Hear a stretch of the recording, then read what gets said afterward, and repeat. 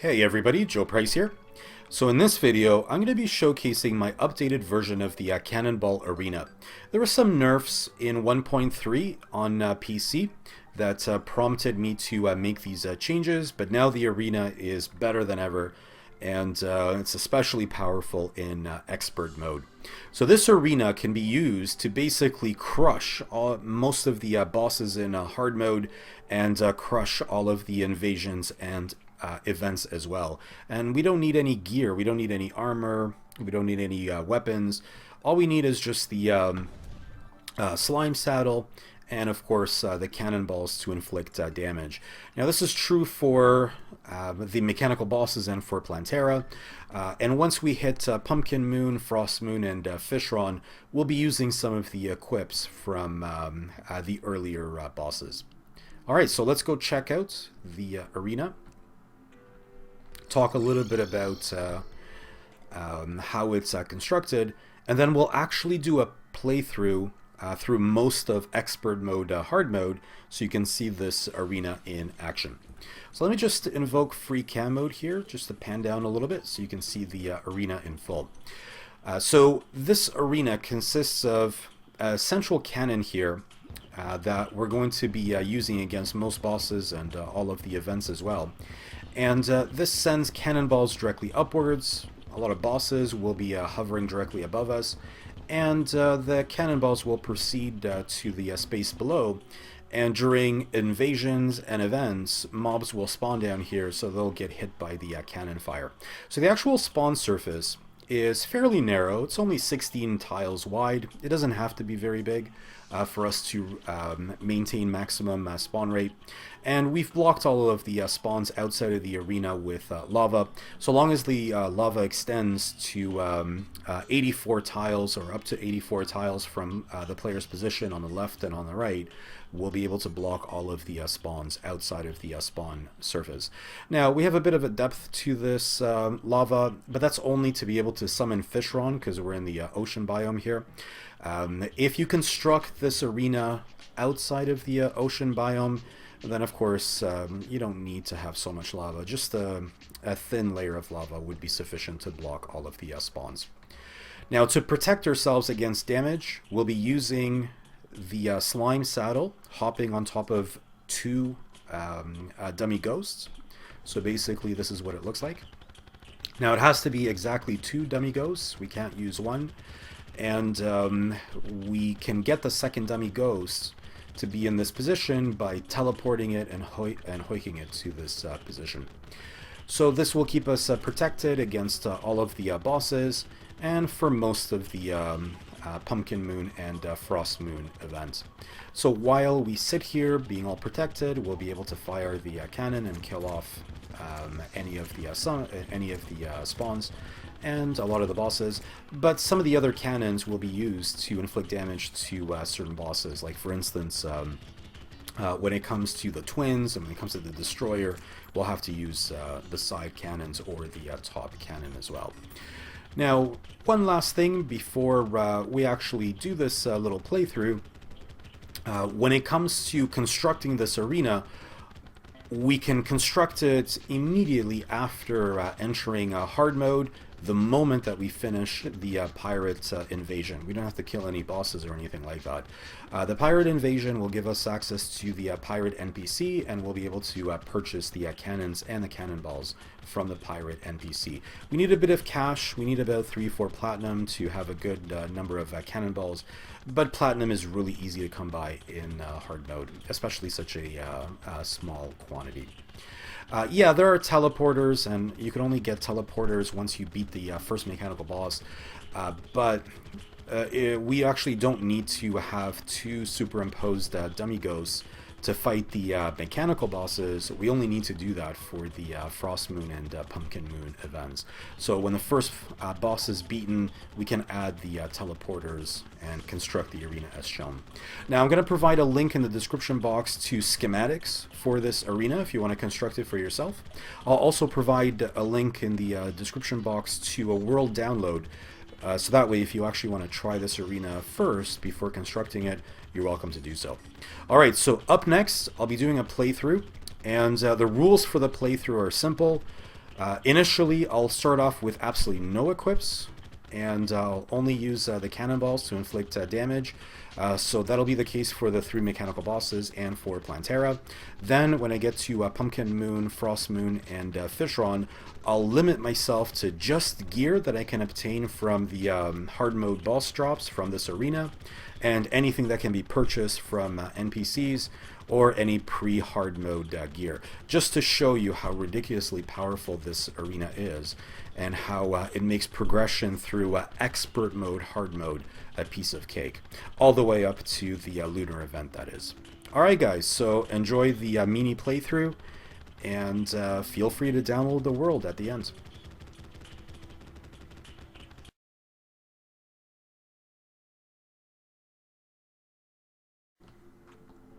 Alright, so let's begin this mini playthrough hard mode, and keep in mind this is in expert mode as well.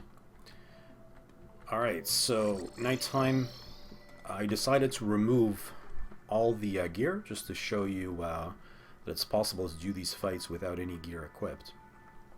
And of course I'll just have the cannonballs in my taskbar. Alright, so let's get on this slimy saddle. And let's start with the destroyer.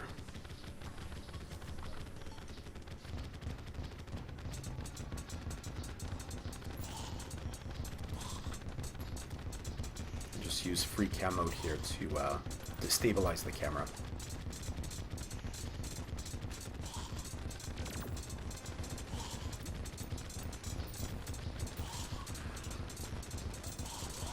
Alright, so when the destroyer does that, when he comes up from the ground like that and tries to hit the player, it's very important to switch away from the side cannon. And the reason for that is the side cannon, when it fires the cannonballs upwards, the cannonballs hit multiple segments, and the cannonball can explode before it hits the ground. If it explodes near the dummy ghosts, the player will lose invulnerability and the player will die. Alright, so there you have it. Very easy fight. Crush the destroyer. And I'm not wearing any gear. Alright, let's do Skeletron Prime next. For Skeletron Prime, I'll be using the top cannon exclusively. Yeah, sometimes the head goes out of reach, but it'll be within the proximity of the cannon for most of the fight. And of course, we don't care about the arms, just the head.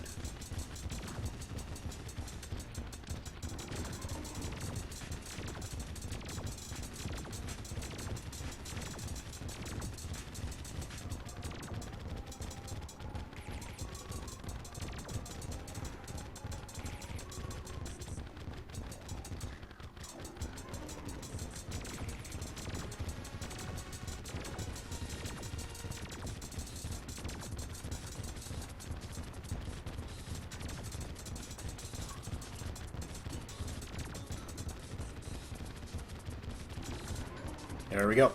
Absolutely decimated Skeletron Prime. No gear equipped. People think that the Daedalus Stormbow is the broken weapon in hard mode, but it's really the cannon that does this massive damage and humiliates all these bosses. Alright, so let's do the twins. The twins take the longest because Retinazer is usually out of reach of the cannons for much of the fight.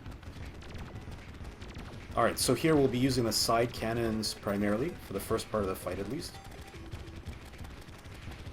Kill off the first eye, and then the fight against the second eye will take a little bit longer.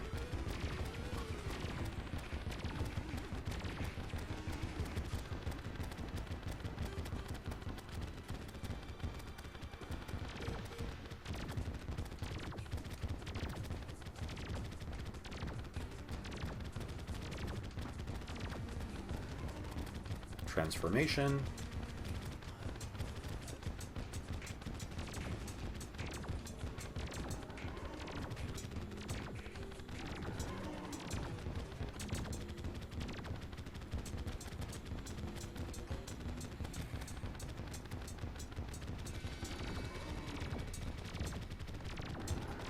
Alright, one eye down, one more to go.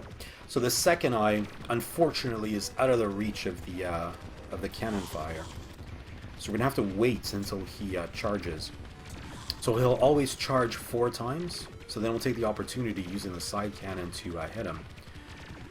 But otherwise, we gotta wait. Now, once he transforms, the fight will be very short thereafter. But until that happens, yeah, we just gotta sit tight. So I'll just fast forward through this fight all the way up to Retinazer's transformation.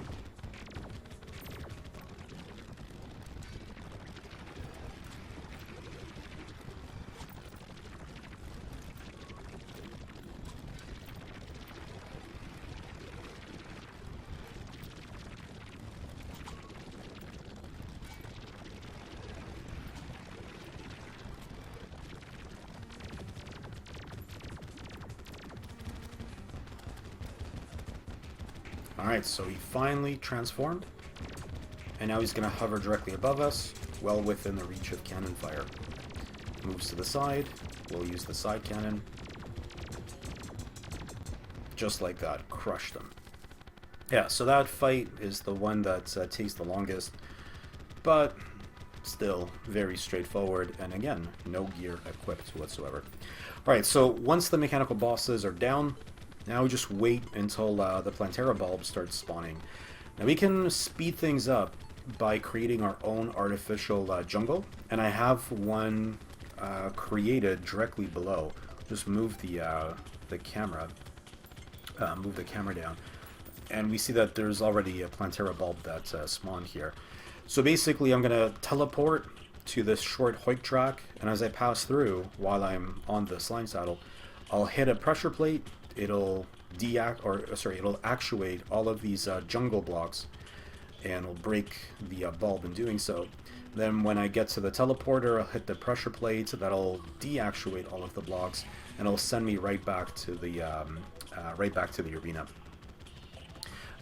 Now, just gotta be very quick after doing that, because I have to make sure that I hop onto the pair of dummy ghosts the moment that I break the bulb. Alright, so yeah, just move on top of the teleporter, break the bulb, shift, oh that was close, shift back on top of the dummies, and now I'm fully protected. Now, I could technically just sit here and let the slime saddle deal all that damage. It only does 4 damage here. However, if I equip anything that boosts summon damage, then I'll be able to inflict more damage on Plantera. But I'm not going to wait that long, so I'll just use the side cannon here, and I'll be able to hit Plantera.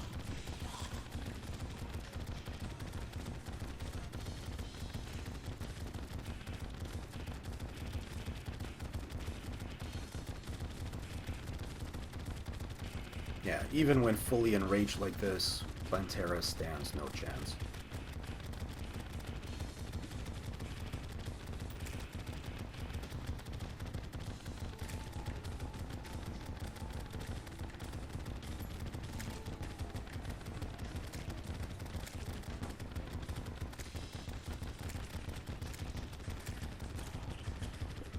That's it. So there we have it. All the way up to Plantera, and no gear was used. No gear was worn. We just used the cannonballs to inflict all the damage. Yeah, if you want to see what I got. There it is. Alright, so up next will be the events. So once we defeat Plantera, we have the opportunity to run the Pumpkin Moon event and the Frost Moon event as well. To defeat Golem, unfortunately, we actually have to go to the temple. We cannot mine the Lizard Altar until we get the Golem to drop the axe. All right, so next segment we'll do the Pumpkin Moon event.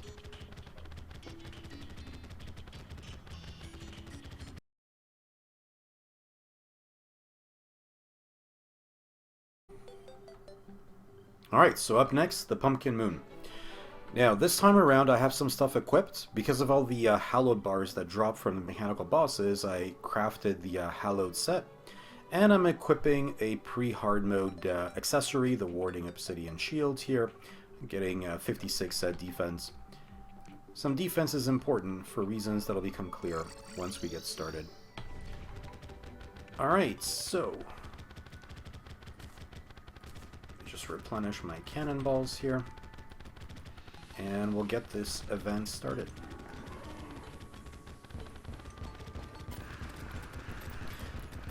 So for the Pumpkin Moon event, I actually do need a little bit of defense, and that is to prevent me from getting knocked out of the machine when I lose invulnerability frames. Losing invulnerability is inevitable because the cannonballs, they don't necessarily travel the full distance if they manage to hit a certain number of mobs or bosses along the way. Instead, they'll explode, and if they explode near the player won't take any damage, but the dummy ghosts might actually take the hit. And if the dummy ghosts are hit by the explosion, that means the slime saddle is prevented from hitting the dummies. And if it's prevented from hitting the dummies, the player loses invulnerability very briefly. So in that window where the invulnerability is lost, the player can take a hit, and without any defense or the shield, the player is actually sent flying. The player is knocked out of the machine. So I'll take some hits throughout this event, but it won't be anything serious, and my health will be replenished pretty quickly because of all the hearts the bosses drop. And as you can see, I'm progressing through the waves very fast. The trash mobs are being killed pretty quickly directly below, and notice how the Morning Woods get elevated right up to the player's position. This is important to increase the rate of progression, because when they get elevated up like that, they'll be in closer proximity to the actual cannonball. Oh, you saw there, I took a hit. Lost invulnerability for a moment. Doesn't matter though. I'll regain that life pretty quickly, as you just saw.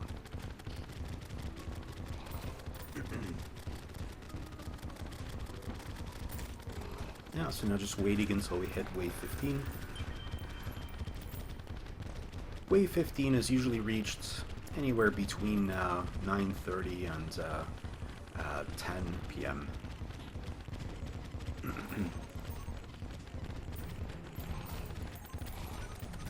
Yeah, there we go. So final wave at around 9:50. Alright, so I'll let this go until morning is reached, because I want to show you how much money you can earn from this farm. As you saw right at the beginning, I'm starting with zero money, and we'll sell everything off, and we'll see exactly how much can be earned. We're expecting somewhere around 18 platinum, so we'll see how it goes. But yeah, I'll fast forward this part until we hit morning.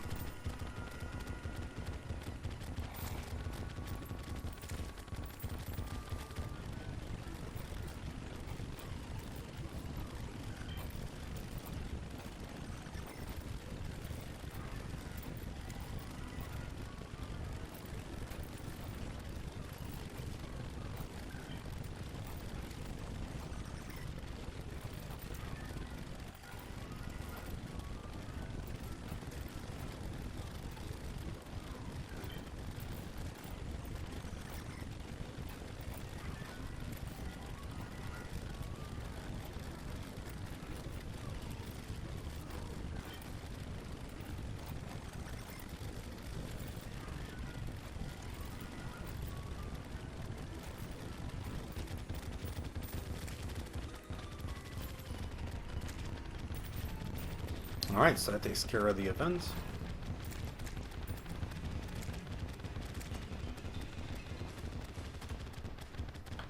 Alright, so we'll dismount. Nice thing is that when we dismount, it stops the spawns from occurring on the spawn surface below.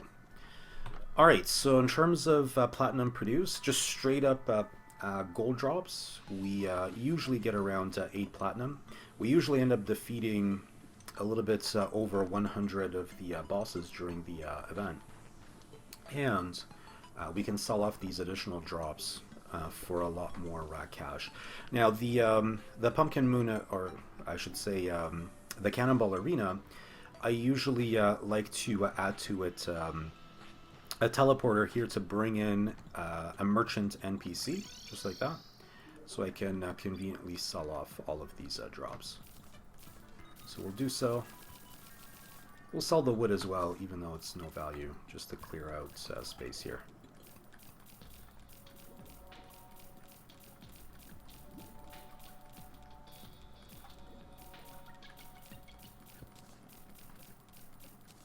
Yeah, so we need about 1,700, a little bit less than 1,700 cannonballs. So it costs... these guys are being annoying down there. It costs about 2.4 platinum for the entire event, but obviously well worth it, given that we'll end up with around 18 platinum or more from the event.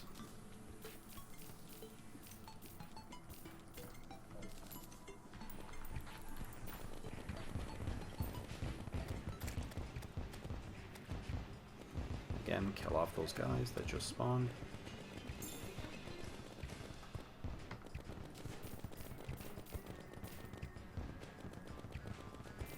There it is. Alright, so not a bad haul. We managed to get... protect myself here. Managed to get 21 platinum, 32 gold, and it's pretty typical to get around 18 to 20 platinum from this particular event. Alright, so there you have it. The only equips were either pre-hard mode, we needed that shield, or things that we crafted from the drops from the bosses. Let me just kill off these guys.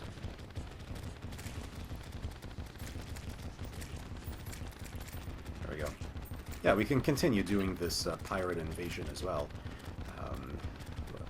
So long as one NPC is around, then the pirate invasion, the goblin invasion, and the Martian Madness events can occur.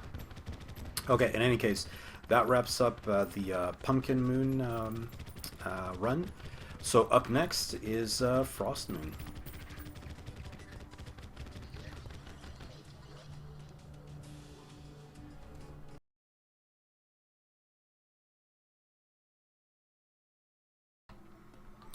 Alright, so let's do the Frost Moon event. So we're just using Summoner gear here, which is either a drop from the Pumpkin Moon event, or can be purchased from an NPC.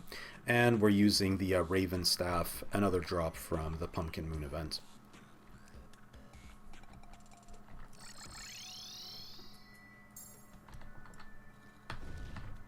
Alright, so let's summon some ravens. And let's start this event.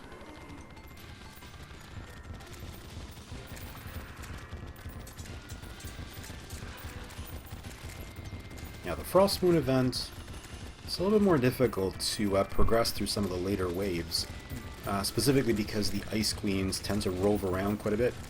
Usually they're out of reach of cannon fire, and if they're moving, then the Ravens cannot catch up to them. So they basically have to stand still for the Ravens to inflict their damage. And whether or not you make it to wave 20 sometimes depends on whether or not the Ice Queens move too much, or if they actually come under cannon fire. But we should be able to reach wave 20. There isn't that much of an advantage reaching wave 20. The drops don't improve that much. It's usually wave 15 that's kind of the cutoff, because you get an achievement for wave 15. Doing pretty well so far. Wave 10 by around 8:30 is usually a good sign.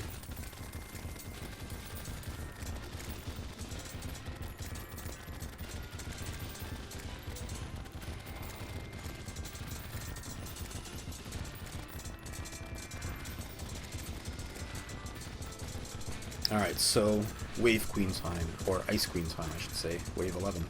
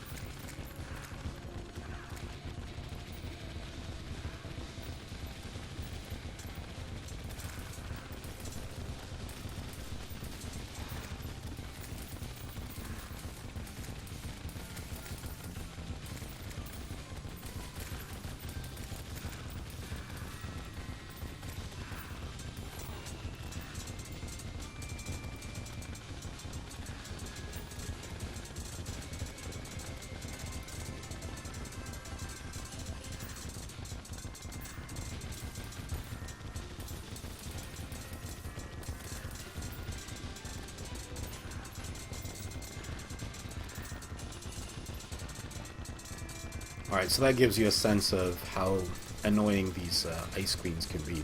So I'm going to fast forward this until we reach morning, and we'll see what the haul is from this Frost Moon event.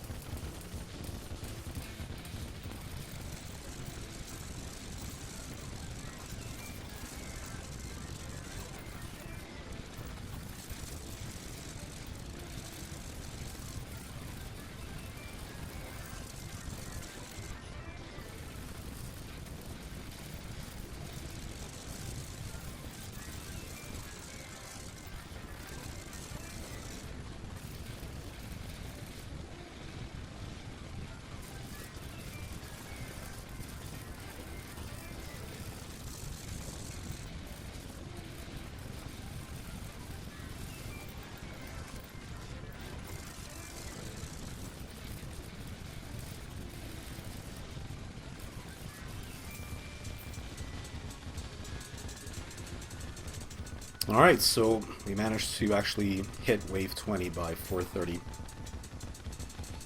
And we'll just finish off this Santa NK1 and check out the drops.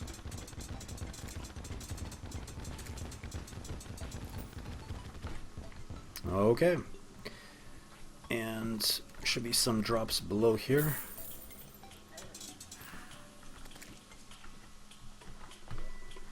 So yeah, quite a number of drops here, and there's some really good weapons that you can get from Frost Moon. The chain gun is really good for ranged characters before the lunar event. So is the snowman cannon, and yeah, not much else here. The North Pole is decent, but pretty much outclassed by Fishron weapons. So in any event, that's what the Frost Moon looks like. And again, it's possible to reach wave 20 if we're only using the Cannonball Arena plus whatever drops we get from the bosses or the Pumpkin Moon event. Alright, so just one more segment to go, and that will be a segment featuring a fight against Fishron. So away we go.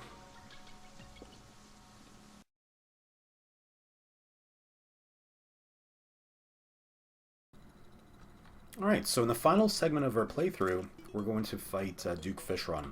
So we're wearing the exact same gear as we did for the Frost Moon event, and this time around we'll just do a little bit of a sneak peek of my latest version of the truffle worm farm, because of course we're going to need truffle worms in order to fight Fishron multiple times. Alright, so let's head to the truffle worm factory. Right here. And we'll just catch a few of these truffle worms.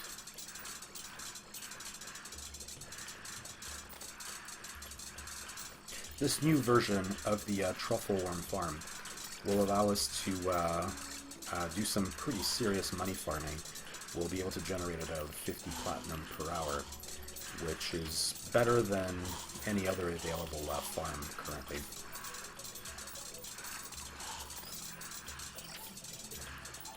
Yeah, that's good enough. That's 5 worms. Let's get out of here. That updated truffle worm farm is something I'll feature in an upcoming video. But for the time being, let's head back to the Cannonball Arena and do this fight. Alright, so stabilize the camera here, grab a fishing pole, and we'll just cast our line.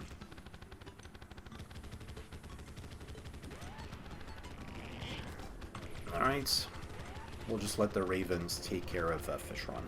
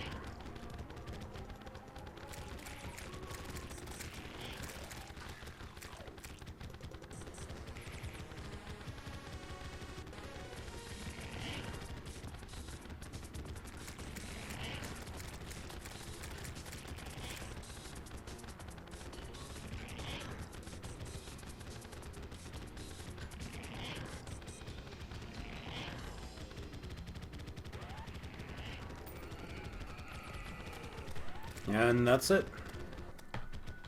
Fairly straightforward fight. Fishron basically doesn't stand a chance. So there you have it. A little mini playthrough of hard mode, expert mode, starting with no weapons, no armor, no accessories, and then progressing all the way up to Fishron, going past Pumpkin Moon, Frost Moon, and only equipping the gear from the drops from this arena. Alright guys, so I hope you enjoyed this little mini playthrough, and again, in the description box you'll find links to both the world download, so you can try out this farm for yourself if you'd like, and a link will be provided as well to a guide so that you can look at the schematics and use the schematics if you want to build your own version of this farm. Alright guys, so we'll see you in the next video.